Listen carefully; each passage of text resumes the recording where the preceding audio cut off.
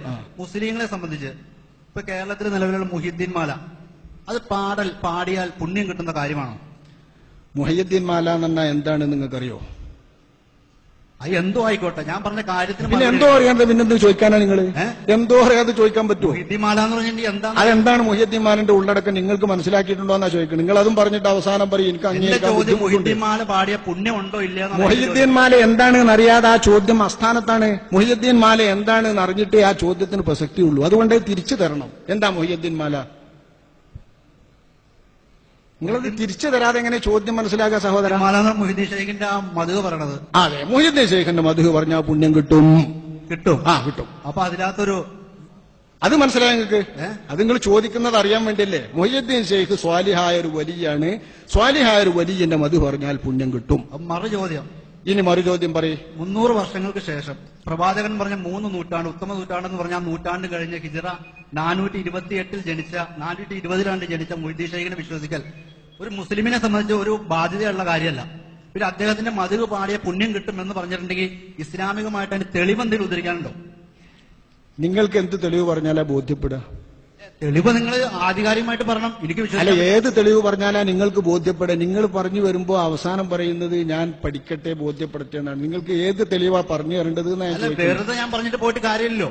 എനിക്ക് മനസ്സിലായ കാര്യം എനിക്ക് ഉൾക്കൊള്ളാൻ പറ്റുള്ളൂ. അതേ സുഹൃത്തെ, നിങ്ങൾ വാശിയിൽ പറഞ്ഞിട്ട് ഫലല്ല. നിങ്ങൾ ഈ പറയുന്നത് വാശിയിലല്ല, നമ്മളിങ്ങനെ ചോദ്യം ചോദിച്ചുള്ള പരിചയമൊന്നുമില്ല. അല്ല, ചോദ്യം ചോദിക്കാനെ പരിചയപ്പെടുത്തുകയാണ്. ഇപ്പോ ചോദ്യം ചോദിക്കുമ്പോ മഹാത്മാക്കളുടെ പുണ്യം പറയല് പുണ്യമുള്ളതാണ് എന്നതിന് എന്ത് തെളിവാൻ നിങ്ങൾക്ക് തരേണ്ടത് എന്നുള്ളത് നിങ്ങൾ എന്താ പ്രതീക്ഷിക്കുന്നത്?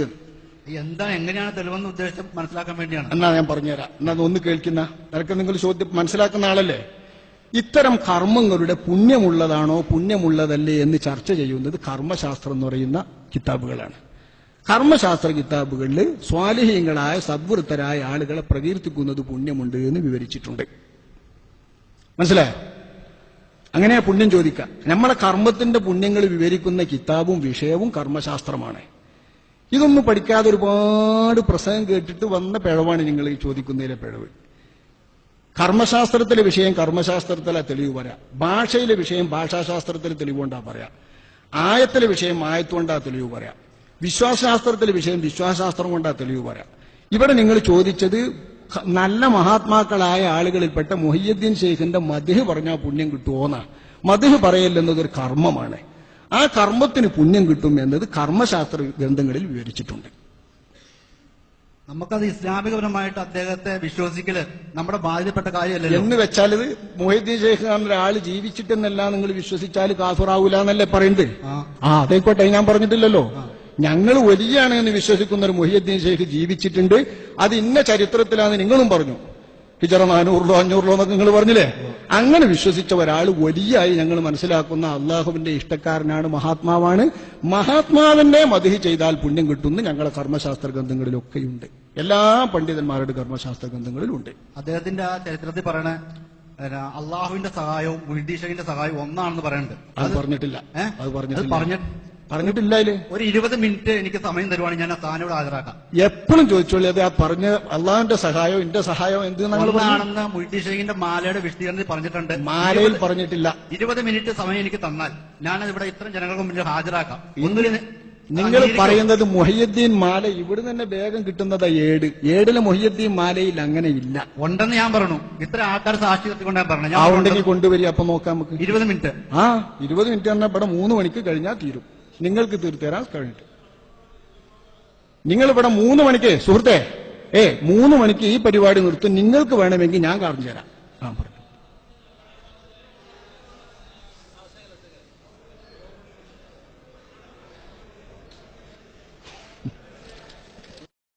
സഹോദരൻ 20 മിനിറ്റ് കഴിഞ്ഞ് രേഖയുമായി വരാമെന്ന് പറഞ്ഞ ആള് വന്നിട്ടുണ്ട് എന്ന് തോന്നുന്നു. അദ്ദേഹത്തിന് ഈ യോഗത്തിന്റെ പേരിൽ, ഈ സദസ്സിന്റെ പേരിൽ എല്ലാവർക്കും വേണ്ടി ഒരു 5 മിനിറ്റ് സമയവും കൂടെ അനുവദിച്ച് നമുക്ക് പിരിയാം. 5 മിനിറ്റിൽ കൂടുതൽ ദീർഘിപ്പിക്കാൻ നമുക്കെല്ലാ നിലക്ക് സൗകര്യമാണെങ്കിലും സദസ്സ് അത് ബുദ്ധിമുട്ടായി കരുതും എന്നതുകൊണ്ട് ഈ സഹോദരൻ ഒരല്പം നേരത്തെ തന്നെ ആലോചിച്ചുറച്ച് ആ വേണ്ട സൗകര്യങ്ങളും രേഖയുമായി വരേണ്ടതായിരുന്നു. അദ്ദേഹത്തിന്റെ ഒരു അപാകത കൊണ്ട് അല്ലെങ്കിൽ ഒരു ശ്രദ്ധക്കുറവ് മുഖേന ഒരു സംഘം മുഴുവനും വിഷമിക്കേണ്ട ഒരു ഘട്ടത്തിലേക്ക് എത്തിയിരിക്കുകയാണ്. അദ്ദേഹം ഇതിനിവിടെ പ്രദർശിപ്പിക്കാനും ചോദിക്കാനും അവസരം കൊടുത്തില്ലെങ്കിൽ മറുപ്രചരണം ഉണ്ടാകാൻ സാധ്യതയുള്ളതുകൊണ്ട് 5 മിനിറ്റ് നേരം ആ സഹോദരന് വേണ്ടി ഈ സംഘം അനുവദിക്കുകയാണ്. എല്ലാവരും ആ ഒരു സഹോദരന് സത്യം ബോധ്യപ്പെടട്ടെ എന്ന് കരുതി ക്ഷമിക്കണം എന്നറിയിച്ച് 5 മിനിറ്റിന്റെ ശേഷം ഈ യോഗം പിരിച്ചുവിടും. ഇതിൽ പറഞ്ഞിരിക്കുന്നത് മാല വായിക്കണം. മാല വായിച്ചാൽ മതി. മുഹ്യിദ്ദീൻ മാല വായിക്കാം. മാലയുടെ വിശദീകരണം മാലയാണ് നിങ്ങൾ പറഞ്ഞു. മാലയിലില്ലാന്നാ ഞാൻ പറഞ്ഞു, അത് വായിക്കും. മാലയിൽ അതില്ലാന്നാ ഞാൻ പറഞ്ഞത്. മാലയിലുണ്ട് എന്നാണ് നിങ്ങൾ പറഞ്ഞു. മാല വായിക്കും. പുസ്തകം വായിക്കാൻ പറ്റൂല, മാല വായിക്കും. ഇത് കേരളത്തിലെ മുസ്തഫൽ ഫൈസി ഇറക്കിയ മാലയുടെ പുസ്തകം എന്നോട് പറയണ്ട. മാലയിലുണ്ടോന്നാ നിങ്ങൾ പറഞ്ഞേ, മാലയിലില്ലാന്നാ ഞാൻ പറഞ്ഞേ. മാലയിലുണ്ട് എന്നാ നിങ്ങൾ പറഞ്ഞു. മാല വായിക്കും. മാലയുടെ വിശദീകരണത്തിലാണ് പറഞ്ഞത്. വിശദീകരണം ഓരോരുത്തർക്കും നൽകാവുന്നതാണ്. നിങ്ങൾ മാല വായിക്കും സുഹൃത്തെ. മാല വായിക്കാനല്ലേ നിങ്ങൾ പോയത് മാല കൊണ്ടുവരാൻ? അതിൽ ഞാൻ ഇവിടെയൊക്കെ കിട്ടുമല്ലോ മാല എന്ന് പറഞ്ഞു. മാല വായിക്കും. പറഞ്ഞിരിക്കുന്ന വിശദീകരണം നിങ്ങൾക്ക് കേൾക്കണം. മാല വായിക്കൂ സഹോദരൻ. ഞാൻ പറഞ്ഞ വാദം നിങ്ങൾ പറഞ്ഞത് മാലയിലുണ്ട് എന്നാണ്. മാല വായിക്കും. ഒരു മിനിറ്റ്, ഞാൻ പറഞ്ഞത് കേട്ടിട്ട് പറഞ്ഞോ. ഞാൻ പറഞ്ഞത് അള്ളാഹുവിന്റെ സഹായവും മുഹീദ്ദീൻ ഷെയ്ഖിന്റെ സഹായവും ഒന്നാണെന്ന് മാലയില് ഉണ്ടെന്നാ പറഞ്ഞ. അതെ, അത് പറയും. മാല വായിക്കൂ. മാല ഇതെന്നെ ഇത് മാല വായിക്കും. ഇത് മാലയാണിത്. അതെ, വായിക്കും. മാലയുടെ വിശദീകരണമാണിത്. മാല വായിക്കൂ. മാല വായിക്കും. മാലയിലുണ്ട് ഞങ്ങൾ പറഞ്ഞ മാല വായിക്കൂ. ശരിയായ ഉത്തരവല്ല ഇത്. എന്താ സുഹൃത്തെ ഈ പറയുന്നത്? മാലയിലുണ്ട് എന്ന് നിങ്ങൾ പറഞ്ഞു. മാല വായിക്കൂ. ഞാൻ പറഞ്ഞ കാര്യം വായിച്ച് കേൾപ്പിക്കാൻ തയ്യാറാണ്. നിങ്ങൾ അംഗീകരിക്കാൻ പറ്റുമോ? നിങ്ങൾ മാല വായിച്ചാൽ വിശദീകരണം താട്ടെ. നിങ്ങൾ മാല വായിച്ചാൽ അംഗീകരിക്കും സഹോദരൻ. മാല വായിച്ചോളൂ. മൈക്ക് പിടിച്ചോളൂ. മൈക്ക് കൊടുത്തോട്ടെ. മാല വായിക്കും. മാലയിലില്ല നിങ്ങൾ സമ്മതിച്ചോ? തർക്കിക്കണ്ട, വേണ്ട, ബഹളം ഉണ്ടാക്കണ്ട. അയാളെന്നെ മതി. കൊടുക്കും. മൈക്ക് കൊടുക്കും. അദ്ദേഹത്തിന് കൊടുക്കും മൈക്ക്. ഞാനിവിടെ സംസാരിച്ചത് ഇവിടെ നമുക്കിവിടെ ആർക്കും ജയിക്കാനോ തോക്കാനൊന്നുമല്ല. ഞാൻ പഠിച്ചു വെച്ചാണ് കാര്യത്തിൽ എന്തെങ്കിലും തെറ്റുണ്ടെങ്കിൽ അത് തിരുത്താൻ വേണ്ടി തന്നെ ഞാൻ വന്നേക്കണം. അതുകൊണ്ടാണ് ഞാൻ പറഞ്ഞില്ലേ ഈ തെളിവെടുത്തു വന്നേക്കണം. അതുകൊണ്ടാ നിങ്ങൾ ഇതിന് നല്ലൊരു വിശദീകരണം തന്നാണ്ടല്ലോ. നിങ്ങൾ പറഞ്ഞ സത്യമാണെന്ന് എനിക്ക് തോന്നിയില്ല, ഞാൻ അംഗീകരിക്കും. ഇതിപ്പോ ഇത്രയും ജനങ്ങളും നിങ്ങൾക്ക് ഇഷ്ടം വേണ്ടി മാത്രം നിങ്ങൾ അംഗീകരിച്ചാൽ നിങ്ങൾ ഇത്രയും 4 മണിക്കൂറോടെ വിശദീകരണം നടത്തിയില്ലേ? അതിൽ ഒരു ചെറിയൊരു വാക്ക് പറഞ്ഞാൽ അതിനൊരു വിശദീകരണം തന്നെ കുഴപ്പമുണ്ടോ? ഇതിലുള്ള കാര്യം എന്റെ സ്വന്തമായിട്ടുള്ള കാര്യമല്ല. നിങ്ങളത് കഴിഞ്ഞാൽ നിർത്തി. എന്നിട്ട് എനിക്ക് പറയാനാണ്. കഴിഞ്ഞോ? നിങ്ങളത് കഴിഞ്ഞോ? നിങ്ങൾ ഇവിടെ പറഞ്ഞത് മുഹയ്യിദ്ദീൻ മാലയിൽ ഇങ്ങനെ ഒരു വരിയുണ്ട് എന്നാണ്. മുഹയ്യിദ്ദീൻ മാലയിൽ ഇല്ല എന്ന് ഞാൻ പറഞ്ഞു. അതിൽ മുഹയ്യിദ്ദീൻ മാല കൊണ്ടുവരാൻ ഞാൻ 20 മിനിറ്റ് തന്നാൽ കൊണ്ടുവരാന്നാ പറഞ്ഞു. മുഹയ്യിദ്ദീൻ മാലയിൽ ഉണ്ടെങ്കിൽ അത് വായിക്കുന്ന പറഞ്ഞു. അതിലില്ലാന്ന് ഉറപ്പിച്ചതിന്റെ ശേഷം ബാക്കി നമുക്ക് നോക്കാം. മുഹയ്യിദ്ദീൻ മൈക്ക് കൊടുക്കുക. അയാൾക്ക് മുഹയ്യിദ്ദീൻ മാല വായിച്ചാൽ മതി സാഹിബേ. ഉസ്താദ് അങ്ങനെ പറഞ്ഞ ശരിയല്ല. എന്നറിയോ, ഏതെങ്കിലും ഒരു വിഭാഗത്തിന്റെ പ്രസിദ്ധീകരണം എടുത്തിട്ട് അതിനകത്ത് ഇന്നത് മാത്രം വായിക്കണം എന്ന് പറയുന്ന അർത്ഥമല്ല. പ്രസിദ്ധീകരണമല്ല സുഹൃത്തെ നിങ്ങൾ പറഞ്ഞത്. മുഹയ്യിദ്ദീൻ മാല എന്ന് പറയുന്നത് കോഴിക്കോട്ടെ മുഹമ്മദ് ഖാലി ഉണ്ടാക്കിയ മാലയാണ്. പേരും തുതിയും സ്വലവാത്തും അതിനാൽ തുടങ്ങുന്നൻ അങ്ങനെ പാടാൻ പറ്റുന്ന വരി ഒറ്റൊന്നുണ്ടെങ്കിൽ വായിക്കും സുഹൃത്തെ. അത് ഒറ്റ വരി വായിക്കും. ഒന്നിലും മൗലി ഇത് തെറ്റാന്ന് പറയണം. പറയുന്നത് അല്ല, ഒന്നിലും എഴുതിയ ആള് എഴുതി വെച്ചാണ് തെറ്റാന്ന് പറയാം.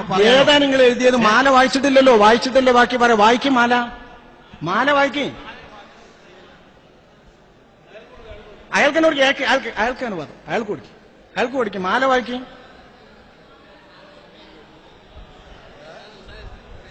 അതിശേഷം നിങ്ങൾ ചോദിച്ചോളൂ സഹോദര. മാലന്റെ വ്യാഖ്യാനം നിങ്ങൾക്ക് വേറെ ചോദിക്കാം. അത് ഓരോരുത്തർ എഴുതുന്ന വ്യാഖ്യാനല്ലേ. മാല പറയൂ ആദ്യം. പ്രിയമുള്ള സഹോദരങ്ങളെ, നമ്മുടെ സമയം അതിക്രമിച്ചിരിക്കുകയാണ്. പ്രിയമുള്ള സഹോദരങ്ങളെ ശ്രദ്ധിക്കണം. പ്രിയമുള്ള സഹോദരങ്ങളെ, നമ്മുടെ യോഗം പിരിച്ചുവിടുകയാണ്.